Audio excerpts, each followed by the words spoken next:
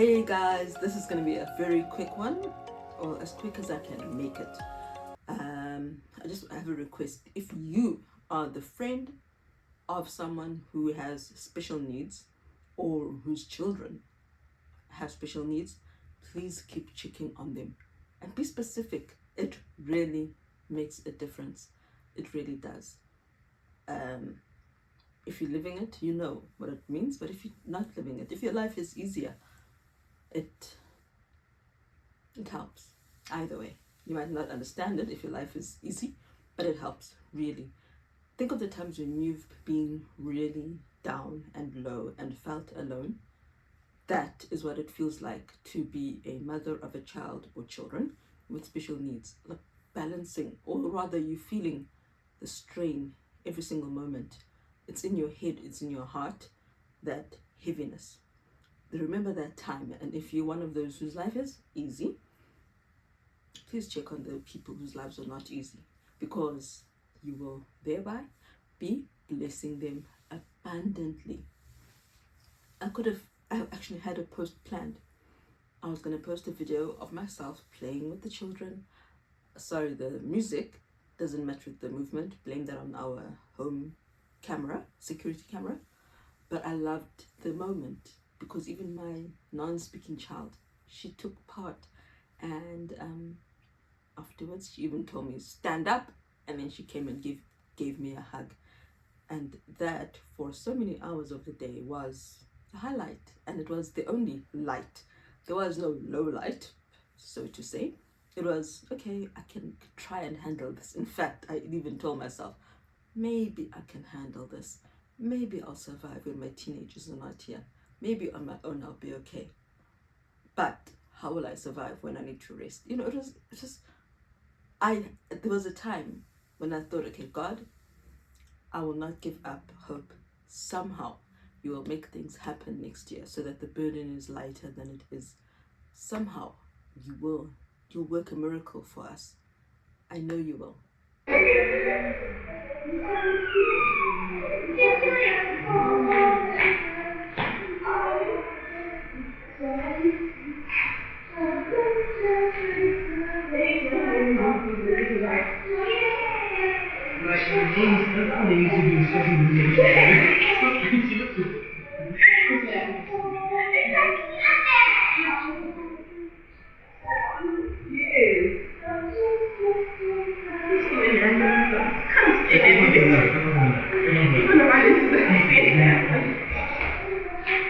Even if we have to move somewhere else where we can have a live-in helper, which is really, honestly, now that's the only thing I can think of with my medication, unless I don't go on any AS medication, which would be a big problem because I'm still mom.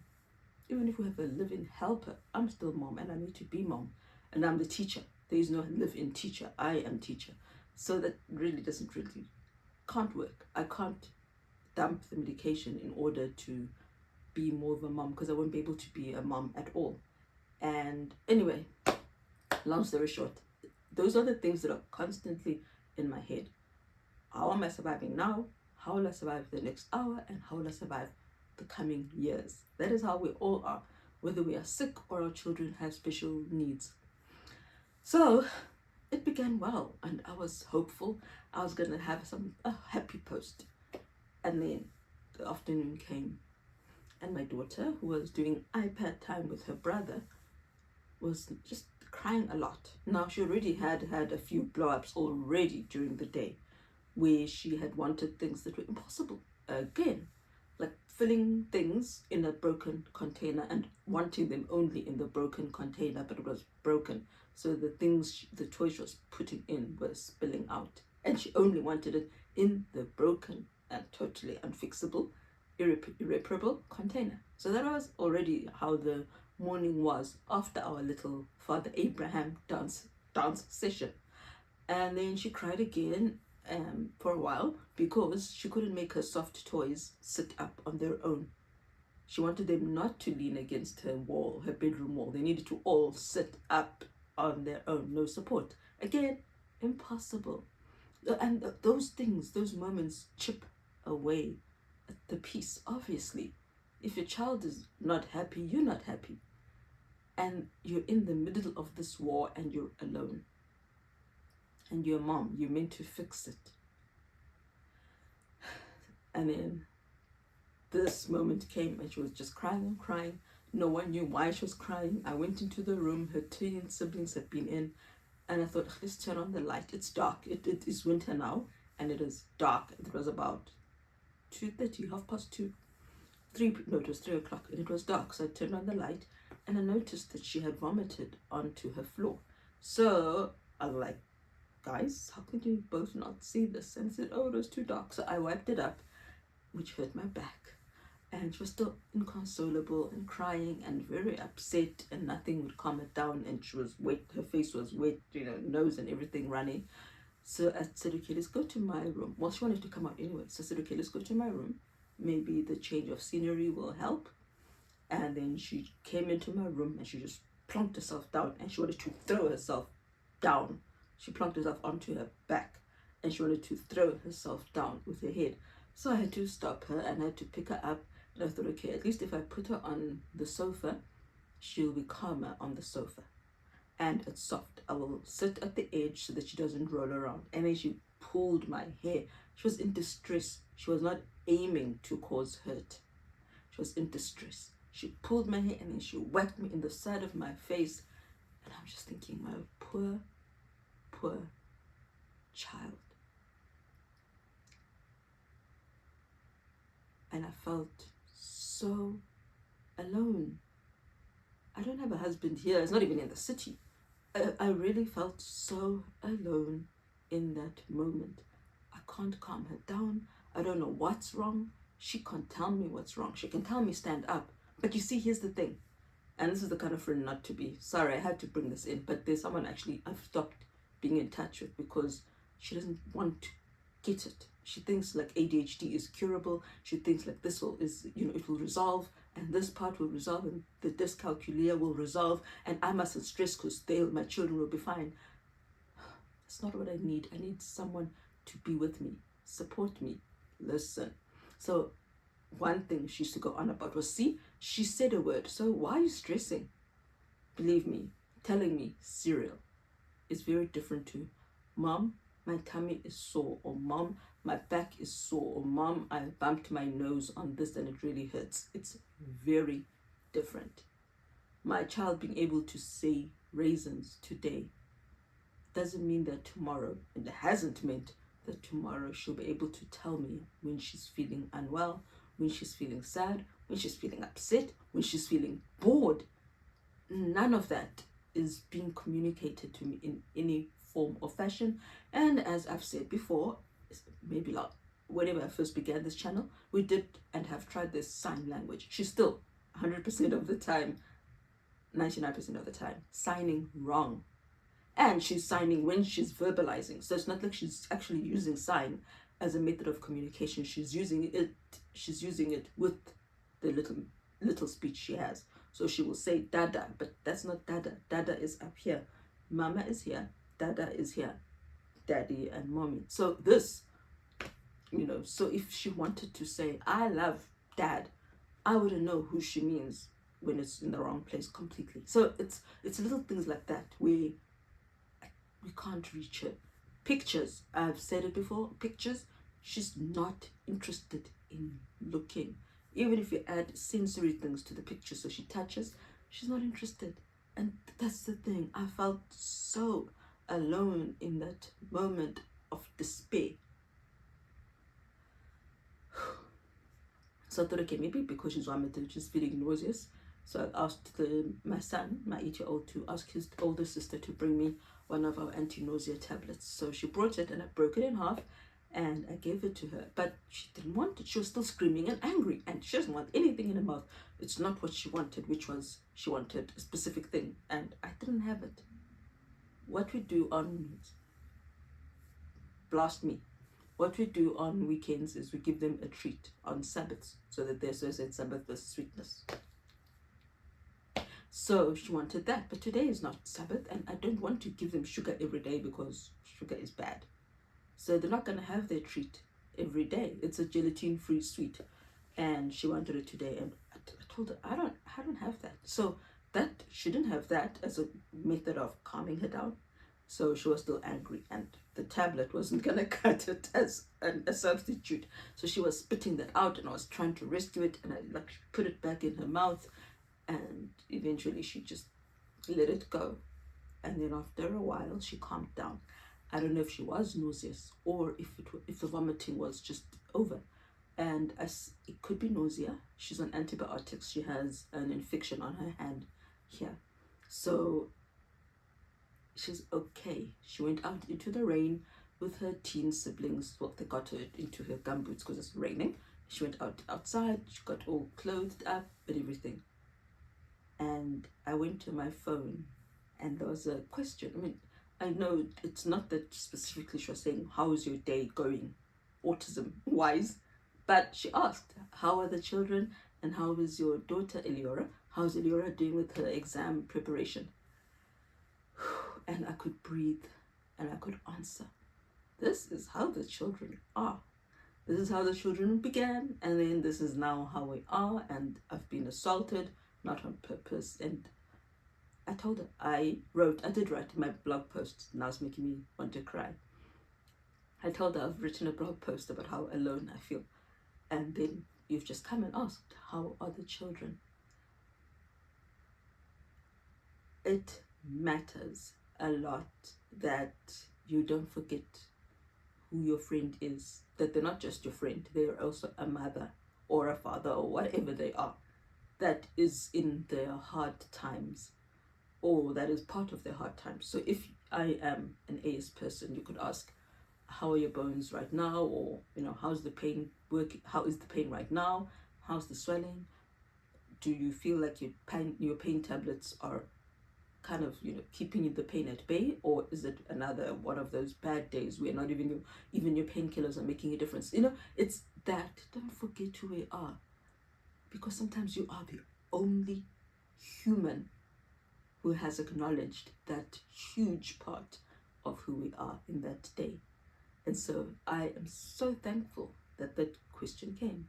How are the children? She's far away from me, but it was a moment of connection, a moment of caring, and a moment of acknowledging that, yeah, you've got a whole other life, and it might not be going well right now. I mean, she might have probably only meant physically, like health. Maybe they've got the flu or a cold, but it was an open-ended question, and I took the what's it called? I took the opportunity, and I just shared and spat it out, and I felt a bit better. It wasn't a solution, obviously. There's no solution to this at the moment. No one has conjured up a special learning center that'll take my angel the way she is at a not expensive amount of money. So it's almost unsolvable, but sharing it helps. So yes, please keep checking on us. Please be specific. It really helps. And don't assume that just because at 10 a.m. things were okay, that at 3 p.m. they will still be okay. So yeah, just bear that in mind. Hey, our day is so up and down. It's a horrible, scary roller coaster indeed, and I've never liked roller coasters. So thank you for coming along on the ride. If you are on the ride with your people or with me, it really means a lot, and I appreciate it big time, and your people will appreciate it too. And if you're on the roller coaster, I am so sorry, because we can't get off. We can never get off. And that kind of stinks, doesn't it? And also, my husband had said that I'm depressed. Well, it was on Saturday when I really struggled to walk, and I said to him, hey, because I was looking at flares, and if a flare causes even more damage than normal progression of AS, and it does, and the text said something like, ankylosing spondylitis patients have fatigue, inflammation, pain, they experience fatigue, inflammation, pain, depression, and disability. And I said to him, well, at least I'm not depressed. And he says, yeah, right, you are. And I said, no, I'm not. And he says, you are depressed. I've known you for a long time. The person you've become is not the person you have been. AS has depressed you. You're suffering. And I told him, no. If anything, I think it's being a special needs mom. That is what I know consciously, at least, is really killing me. It's a problem that needs to be solved, and I can't solve it, but it's a problem that keeps presenting itself as a problem day in and day out. I can't escape it. So I believe it's being the mother of a severely autistic child. And he's like, yeah, maybe, but the AS is a big part of it. I don't know which came first, the apple or the egg, because I had children when I was already sick. I don't know. I don't know, guys, except that just like the time when I had postnatal depression, when Mrs. So-and-so would phone me every evening at 5 p.m. to ask how I am, to ask how my day was. I really appreciate someone who asks specifically, how is this or how is that? It really makes a difference. It really is something I'm grateful for. Yes, I mentioned a whole lot of chaos, but this was a gratitude. And that's the thing. Gratitude cannot stand alone apart from the chaos, because our lives are chaos. And let that be known. And that actually reminds me of something. A side note, there's someone who likes to say, well, God has been good no matter what your life is like. And I'm thinking, that's easy for you to say. It's dismissive. It's along the lines of, hi, how are you? I know how it was. This is how she actually is saying it.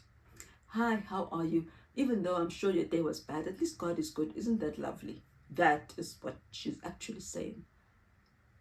And it dismisses the fact that life is really not beautiful at all. And we can't escape it. I can't escape my body. I can't escape my family. I am stuck. Maybe I am depressed, eh? But I can still find things to laugh at, and I'm not crying tears every day like I was when I had postnatal depression. So I guess if I am depressed, it's not as bad as it could be. So I'll be thankful for that as well. And I will also protect myself. 40s plus, that's when I've now learned to stand up for myself and protect myself. Protect myself. The people I'm cutting off are people who are harmful to me. And given I live in a harmful body and I'm surrounded by harmful situations, why add on to the harm? It's not worth it. And I love my brothers and sisters. In heaven, there'll be nothing for you to trivialize. So then we can have a nice chat about light, happy things, because everything will be light and happy. But my reality is not like that. And so I am so thankful for the people who get in touch, who acknowledge it, who know it, and understand it. I really appreciate that. Please continue doing so. Please be that to your other people, whatever their situation may be that they're constantly living in. They can't escape it, so you mentioning it is not a problem, depending on how you mention it, of course. Have a good day, evening, night, whatever it will be whenever you watch this. Thank you again a million times. Thank you.